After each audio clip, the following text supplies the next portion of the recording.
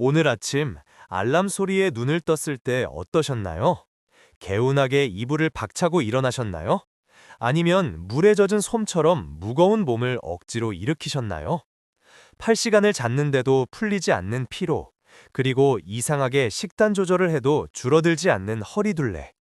혹시 여러분은 이것을 단순히 나이 탓이나 의지 부족이라고 자책하고 계시지는 않으신가요? 겨우 몸을 일으켜 가장 먼저 찾는 것이 진한 커피 한 잔은 아닌지 여쭤보고 싶습니다. 카페인이 혈관을 타고 돌아야 비로소 뇌가 깨어나는 느낌. 점심 먹고 나면 쏟아지는 졸음 때문에 또 커피를 찾고, 저녁에는 기운이 없어 소파에 쓰러지듯 눕습니다. 그런데 이상하게 밤 11시가 넘으면 정신이 말똥말똥해져서 잠을 못 이루는 날들이 반복되고 있지는 않으신가요? 병원에 갔더니 혈압이 높다, 혈당이 경계선이다, 콜레스테롤 수치가 나쁘다는 이야기를 듣습니다. 의사 선생님은 살을 빼라고 하지만 정작 굶어도 뱃살은 꿈쩍도 하지 않습니다. 여러분, 이것은 여러분이 게을러서가 아닙니다. 우리 몸속 깊은 곳, 아주 작은 기관이 보내는 살려달라는 비명일 수 있습니다. 오늘 소개할 제임스 윌슨 박사의 책 아드레날 파티그는 바로 그 비명에 귀를 기울입니다. 범인은 바로 콩팥 위에 모자처럼 얹혀있는 호도할 만한 크기의 기관, 부신입니다. 이 작은 기관이 고장나면 우리 몸의 대사 시스템 전체가 무너집니다.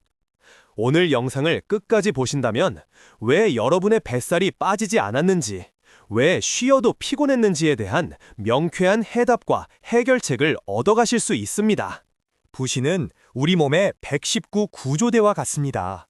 스트레스가 발생하면 부신은 코르티솔이라는 호르몬을 분비해 우리 몸을 전투태세로 만듭니다.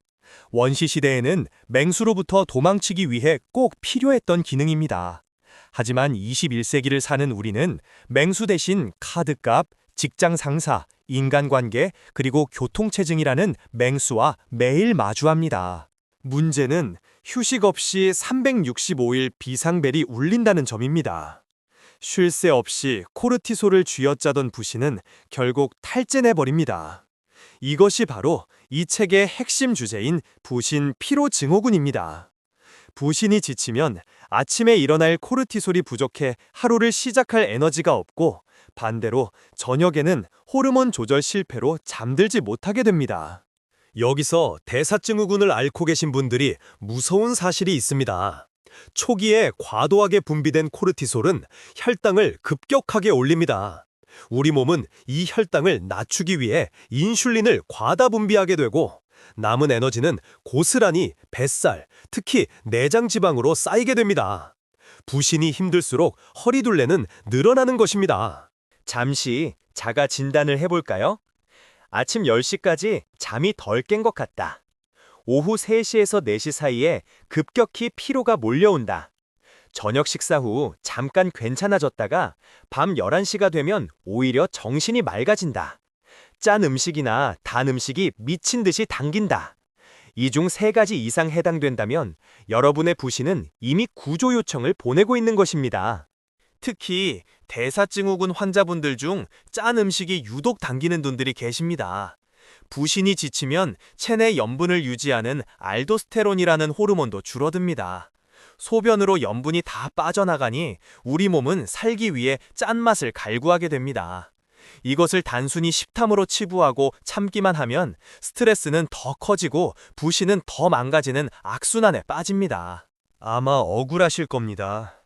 남들보다 열심히 살았고 가족을 위해, 회사를 위해 내 몸 갈아 넣어 일했을 뿐인데 돌아온 건 망가진 건강과 불어난 체중뿐이니까요. 윌슨 박사는 말합니다. 부신 피로는 게으른 사람의 병이 아니라 너무 오랫동안 강하게 버텨온 사람들에게 찾아오는 훈장 같은 상처라고 말입니다. 이제는 그 짐을 잠시 내려놓으셔도 됩니다. 그렇다면 어떻게 고칠 수 있을까요? 가장 강력한 치료제는 수면입니다. 하지만 무작정 많이 자는 게 아닙니다. 타이밍이 중요합니다. 우리 몸은 밤 11시부터 새벽 1시 사이에 부신을 회복시킵니다. 이 골든타임을 놓치고 새벽에 잠든다면 10시간을 자도 회복되지 않습니다. 오늘부터는 무슨 일이 있어도 밤 10시 30분에는 침대에 누우셔야 합니다. 두 번째는 아침 식사입니다. 부신 피로가 있는 분들은 아침에 입맛이 없고 커피만 찾게 됩니다. 하지만 아침 10시 이전에 단백질과 좋은 지방이 든 식사를 하지 않으면 우리 몸은 하루 종일 혈당 롤러코스터를 타게 됩니다. 거창할 필요 없습니다. 삶은 달걀 하나, 견과류 한 줌이라도 10시 전에 드셔서 부신에게 연료를 넣어주세요. 대사증후군을 잡겠다고 헬스장에서 땀을 뻘뻘 흘리며 격렬한 운동을 하시나요? 부신이 지친 상태에서의 고강도 운동은 오히려 독입니다. 이미 바닥난 에너지를 쥐어짜기 때문입니다. 마라톤이나 크로스핏 대신 가벼운 산책, 요가, 스트레칭을 하세요. 운동 후 피곤해서 쓰러질 정도라면 그것은 운동이 아니라 노동입니다. 운동 후 기분이 상쾌할 정도, 딱 거기까지만 하셔야 합니다. 여러분의 에너지를 갉아먹는 에너지 도둑을 찾아내야 합니다. 그것은 매일 부정적인 이야기를 쏟아내는 직장 동료일 수도 있고 끊임없이 울리는 스마트폰 알림일 수도 있습니다. 부신을 치유하는 동안만이라도 나를 힘들게 하는 사람과 상황으로부터 거리를 두는 이기심이 필요합니다. 그것이 나를 살리는 길입니다. 부신은 우리 몸에서 비타민C 농도가 가장 높은 기관 중 하나입니다. 스트레스를 받을 때마다 비타민C가 급격히 소모됩니다. 채소와 과일을 충분히 드시고 필요하다면 보충제를 활용하는 것도 방법입니다. 또한 마그네슘과 비타민 B5도 부신 회복을 돕는 중요한 조력자들입니다. 가장 어려운 과제가 남았습니다. 바로 커피와 설탕을 줄이는 것입니다. 카페인과 설탕은 지친 말에게 채찍질을 하는 것과 같습니다. 당장은 달릴 수 있지만 결국 말은 쓰러집니다. 커피 대신 따뜻한 허브차나 물을, 설탕 대신 복합 탄수화물을 선택하세요. 처음 3일은 지옥 같겠지만 일주일만 버티면 거짓말처럼 머리가 맑아지는 것을 느끼실 겁니다. 제임스 윌슨 박사는 책에서 이렇게 말합니다. 아무것도 하지 않을 자유를 자신에게 허락하라. 우리는 멍하니 있는 시간을 죄악시하는 세상에 살고 있습니다. 하지만 부신을 고치려면 죄책감 없이 쉬는 연습을 해야 합니다. 낮잠 15분이 밤잠 1시간보다 더 큰 회복을 줄 수 있습니다. 이 모든 것을 한꺼번에 바꿀 수는 없습니다. 오늘은 딱 하나, 밤 11시 전에 불 끄고 눕기만 실천해보세요. 내일은 아침에 달걀 하나 먹기를 추가해보세요. 이렇게 작은 변화들이 모여 고갈된 부신을 다시 채우고 대사증후군이라는 늪에서 여러분을 건져 올릴 것입니다. 부신이 회복되면 어떤 일이 벌어질까요?